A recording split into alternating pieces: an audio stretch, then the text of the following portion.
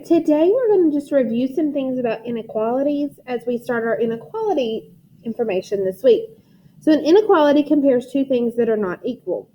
So not equal, you have your equal sign and it's crossed out. So -2 is not equal to 7. We have seen this several times, and even last week when we talked about how many solutions in an equation. Now, the ones that sometimes we like to get confused are inequality signs. So if it looks like this, that is greater than. So on a number line, an example, x is greater than 4, could also be 4 is less than x. Those represent the same thing because the open side of your inequality sign is towards the x. So when we graph it, it's going to get an open circle because x cannot be 4. It starts at every number after 4. So you put an open circle at 4, and it's everything bigger than 4. So you would draw a line to the right.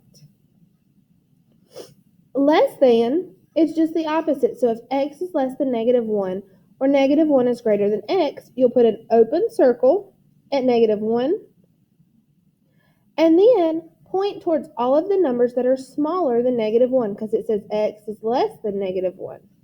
So -1 and then everything to the left because that's where they're smaller. Now, greater than and equal to and less than and equal to are a little bit different. So we have greater than or equal to. X is greater than or equal to 0, or 0 is less than or equal to x. You get a closed circle or a colored in circle at 0 because 0 can be included as one of your answers this time.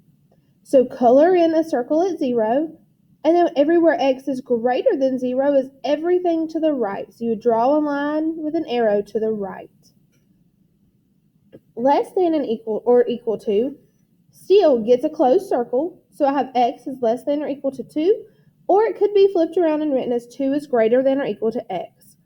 So we put a colored in or a closed circle at 2, and then everything where x is less than or equal to 2 is to the left.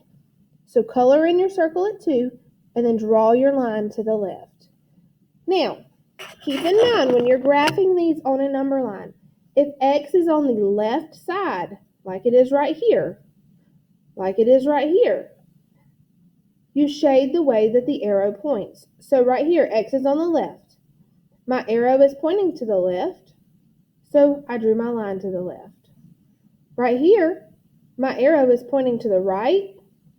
I go to the right. It only works, though, if x is on the left-hand side.